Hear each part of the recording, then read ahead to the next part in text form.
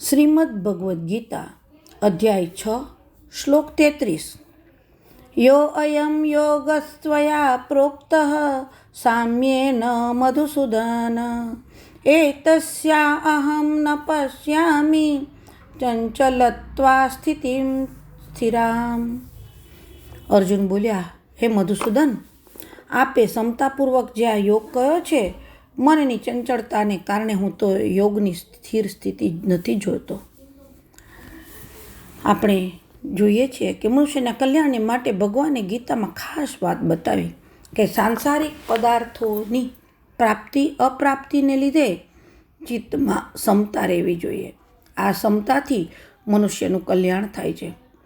અર્જુન પાપોથી ડરતા હતા, તો તેમને માટે ભગવાને કહ્યું કે જય પરાજય, લાભ હાનિ અને સુખ દુઃખને સમાન સમજીને તમે યુદ્ધ કરો, પછી તમને પાપ નહીં લાગે. હવે જેવી રીતે દુનિયામાં ઘણા પાપો થતા રહે છે, પરંતુ તે પાપ આપણને નથી લાગતા, કેમ કે એ પાપોમાં આપણી વિષમ બુદ્ધિ નથી થતી, પરંતુ સમબુદ્ધિ રહે છે.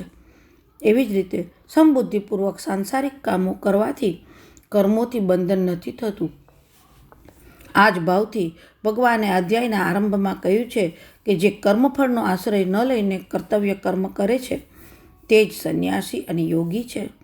આ જ કર્મફળના ત્યાગની સિદ્ધિને ભગવાને સમતા તરીકે બતાવી.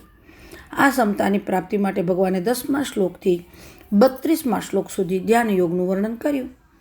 આ જ ધ્યાન યોગના વર્ણનનું લક્ષ્ય કરીને અર્જુન અહીં પોતાની માન્યતા પ્રગટ કરે છે. યો અયમ યોગસ્ત્વયા પ્રોક્તઃ સામ્યેન. અર્જુન કહે છે, જે પોતાની માન્યતા એણે બતાવી છે તે પૂર્વ શ્લોકને અંગે નથી, પરંતુ ધ્યાનના સાધન અંગેની વાત છે. કારણ કે 32મો શ્લોક ધ્યાન યોગ દ્વારા સિદ્ધ પુરુષનો છે અને સિદ્ધ પુરુષની ક્ષમતા આપમેળે હોય છે. એટલા માટે અહીં યહ પદથી આ પ્રકરણની પહેલાં કહેલા યોગ એટલે કે ક્ષમતાનો સંકેત છે, અને અયમ પદથી 10મા શ્લોકથી 28મા શ્લોક સુધી કહેલા ધ્યાન યોગના સાધનનો સંકેત છે.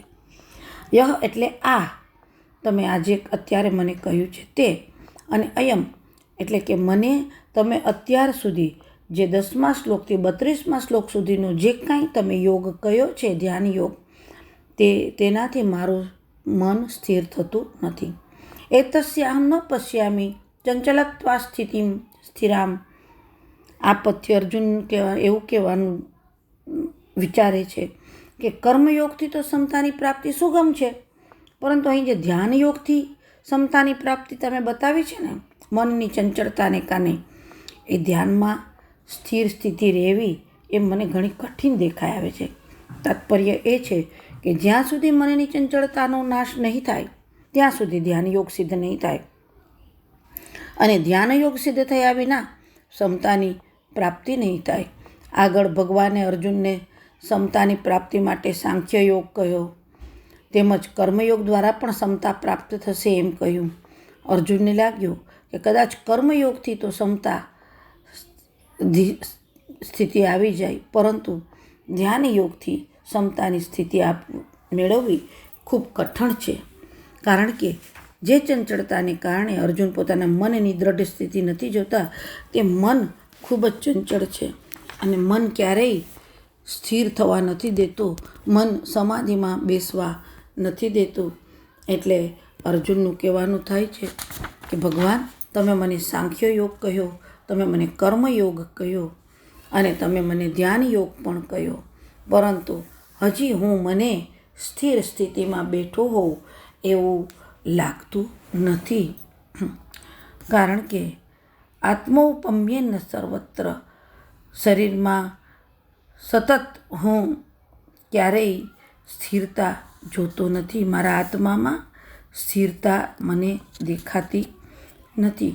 એનું કારણ છે કે વેરભાવ, એવા અનેક ભાવો આત્મા લઈને બેઠો હોય છે. આ બધું પહેલાં આત્મામાંથી દૂર કરવું જોઈએ, ભગવદ્ ભાવ એમાં મૂકવો જોઈએ, પછી સ્થિર થશે એમ ભગવાનનું કહેવું છે.